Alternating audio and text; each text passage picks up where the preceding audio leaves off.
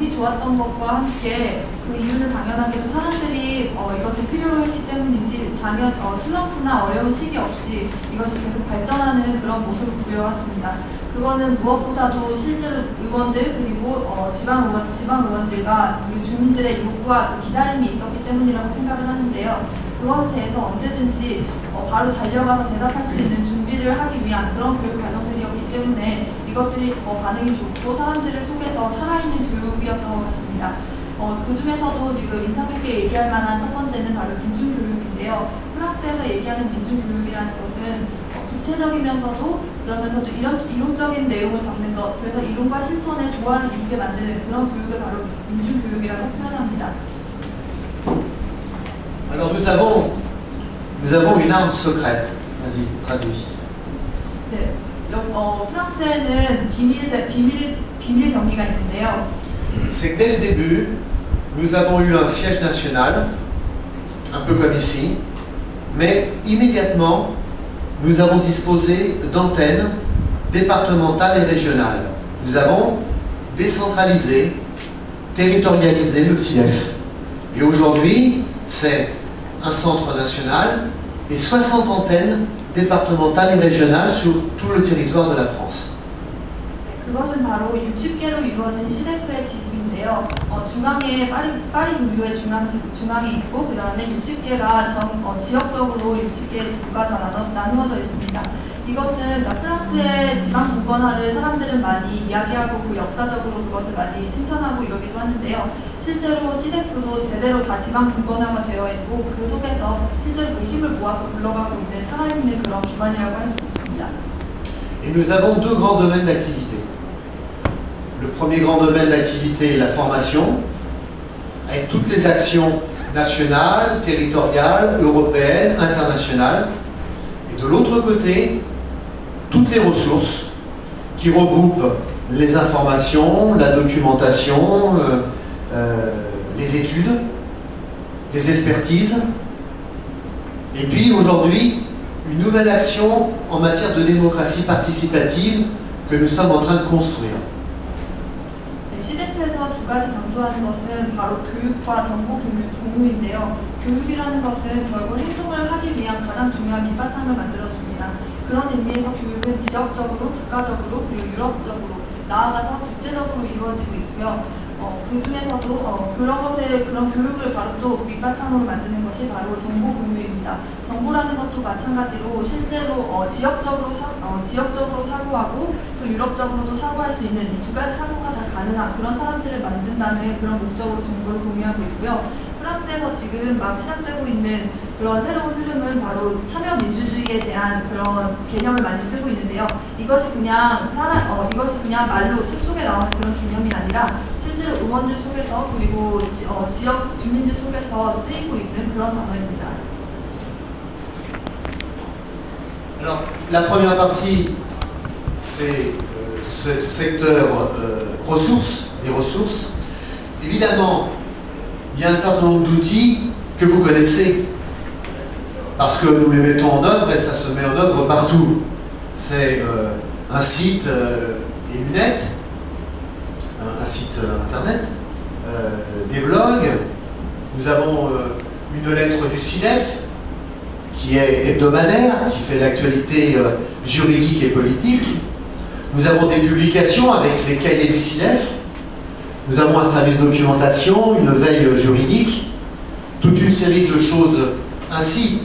Mais ça, c'est, je dirais, l'ossature logique de tout centre de formation. Hein? Nous réfléchissons à des réseaux sociaux, à de nouveaux outils pour permettre, faciliter le travail des élus. Mais les ressources doivent être vues de façon encore plus dynamique.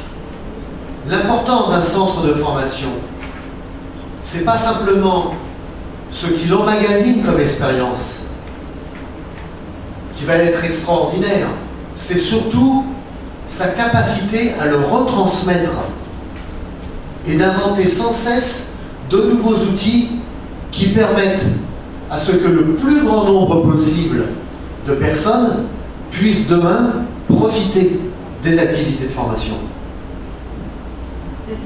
시대품에서 또 하나 중요하게 생각하는 것은 바로 정보 자원인데요. 이미 읽어보신 그 자료집에도 있겠지만 블로그나 사이트 그리고 시드패 편지라고 하는 주간지 또는 법률지 등을 통해서 여러 가지 내용들을 주민들과 그리고 의원들을 중심으로 그렇게 나누고 있는데요. 이런 정보 자원의 초점은 그동안 시드패 안에서 이루어진 그러니까 교육의 내용들을 사람들과 더 많이 나누는 것입니다. 우리에게는 더 많은 역동적인 힘이 필요한데요. 그 힘의 역동성에 바로 바탕에 정보의 공유가 있다고 생각을 합니다. 그냥 스스로 알고 혼자 알고 끝나는 것이 아니라 그 정보를 공유함으로써 전달함으로써 그리고 그것을 다시 받음으로써 생기는 그 힘들을 흩어지지 않게 하나로 모으는 것, 그것이 바로 시대프의 정보자원부에서 하는 일입니다. Alors, je le disais tout à l'heure, les questions de citoyenneté, de démocratie étaient un axe essentiel. On a un nouveau pôle qu'on est en train de développer. C'est pour vous dire, il faut sans cesse innover, il faut sans cesse aller de l'avant. Et donc, nous avons pointé deux questions qui nous semblaient essentielles. L'avenir des territoires et les menaces terribles qui sont portées à la démocratie, et plus particulièrement à la démocratie locale. Donc on a fait un nouveau secteur de travail qui est en train de se découvrir, qui est en train de se construire, qui s'appelle Nouvelle approche territoriale et citoyenne. Et notre objectif, c'est de capitaliser toutes les expériences en France dans le domaine de la démocratie participative. Et très concrètement, comment faire à ce que toutes les expériences positives réalisées dans les collectivités puissent être mutualisées et servir de base, de tremplin, d'essor à ce que plein d'autres collectivités à leur tour se mettent à développer la démocratie participative. 시대파 안에서 강조하고 있는 다른 개념 중에 하나가 바로 시민권과 민주주의인데요. 이미 이야기했던 것이기도 한데 그만큼 중요하기 때문에 한 번 더 얘기를 하고 싶습니다.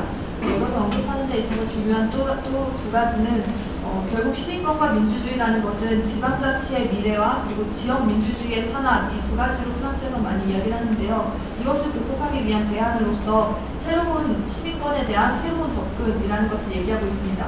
사실 이 개념들을 이제 프랑스적 개념이라 이해하는 데 어려울 수 있는데요. 이것을 쉽게 생각하면 한국에서도 이미 많이 알려졌다고 생각을 하는데 바로 참여민주주의라는 개념이고요. 아까도 얘기를 했는데 참여민주주의라는 개념을 지금 현재 시대프에서 그리고 프랑스의 지방 의원들이 가장 많이 이야기하고 있는, 토론되고 있는 그러한 개념입니다. Et donc, ce week-end qui vient de se passer, on vient de créer un réseau national des villes pour la démocratie participative.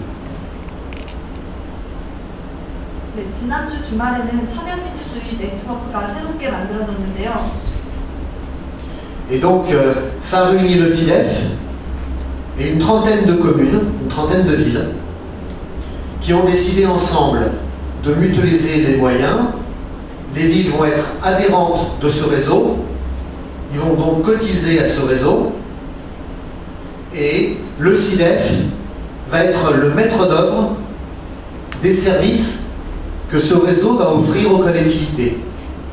Et on va offrir des services d'information, de formation, d'expertise, de recherche, de visite sur le terrain, et d'autres choses encore. Mais voyez, c'est un exemple tout frais. Immédiatement, on concrétise ce travail de réflexion par la mise en place d'un outil immédiatement disponible pour les villes. Mais les villes ne consomment pas, ils ne restent pas les mains dans les poches. Elles ont pour rôle aussi obligatoirement de relever les manches et avec le CIDEF d'avancer dans la construction du réseau. 이 네트워크의 시대프를 중심으로 우선 처음에 창립은 파리 근처에 있는 4개의 도시들과 함께 이루어졌는데요. 이 목표는 30개 정도의 도시들과 함께 그 도시들이 다 이 네트워크에 가입을 하면 그 가입한 그 도시를 중심으로 참여민주주의에 대한 교육을 주는 것입니다. 결국 이 참여민주주의라는 개념 안에 시대프가 추구하는 가치들 그리고 지방의원들이 배워야 할 교육들의 그 기본적이고 근본적인 내용들을 다 담고 있는 만큼 이것이 이 네트워크가 가지는 힘은 매우 중요하다고 할 수 있는데요. 또 교육뿐만 아니라 실제로 의원들끼리 서로 간의 지역을 방문하면서 그 경험들을 나누고 그런 이미지들을 그런 전망들을 나누는 것, 공유하고 경험을 공유하는 것들 이것들에 대한 그것을 나누는 네트워크가 될 것이라고 생각을 하고요. 이것은 프랑스의 지방의원들의 요구를 담은 아주 지금 막 시작되고 있는 역동적인 그런 흐름이라고 할 수 있습니다. Alors venons-en maintenant à notre action de formation.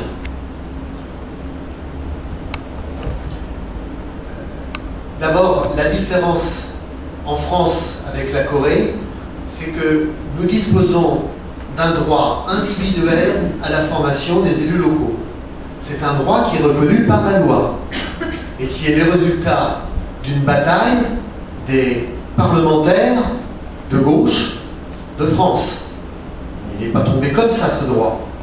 Il a fallu se battre pour l'obtenir. Mais il existe. Et donc, chaque commune, chaque collectivité a dans l'obligation, de par la loi, à prévoir une enveloppe dans son budget annuel consacrée exclusivement à la formation des élus. 네, 이런 교육이라는 것을 이야기할 때에 한국과 프랑스의 그러니까 지방의원 교육의 가장 큰 차이점을 하나 이야기하자면 프랑스에는 지방의원들이 교육을 받을 권리가 법적으로 보장되어 있는데요. 이것은 그냥 법이 만들어지고 생긴 것이 아니라 실제로 의회 안에서 진보적인 의원들의 투쟁의 성과로서 만들어진 그런 법입니다. 법으로 보장받는다는 것의 가장 큰 실효성은 모든 지방자치단체가 지방의원들이 교육받을 그런 그런 지방의 재원을 그런 지방의원들의 교육에 투자를 하는 것을 말합니다. Ensuite, la deuxième idée forte, c'est que nous concevons nos formations comme non pas des formations du haut vers le bas, ascendantes, mais d'abord et avant tout l'échange d'expériences entre les élus eux-mêmes. Et évidemment, avec les personnels territoriaux, les associatifs, les syndicalistes, c'est la même chose. Et donc, d'abord, c'est un rapport d'égalité des participants. Il n'y a pas celui qui sait et celui qui apprend. Il y a tout le monde qui sait, tout le monde apprend. 여기서 교육의 개념에서 가장 중요한 것은 사실 한 사람이 한 사람을 가르치는 것이 아니라 그냥 의원 간의 소통, 그것을 가장 크게 치는데요. 의원들 간에 서로 만나서 경험을 나누는 것, 사실 그것이 시대프가 만들어지기 이전에는 거의 어려웠습니다. 아무리 20년, 30년간 그렇게 의원의 임기를 한 사람이라고 하더라도 새롭게 배우려는 자세 없이는 더 이상 발전이 없다고 할 수 있는데요. 그런 점에서 이 시대프를 통해서 사람들이 이미 만나고 경험을 공유하고 소통하는 그 자체로 진보적인 의원들의 그런 활동력이 훨씬 더 높아졌다고 할 수 있습니다.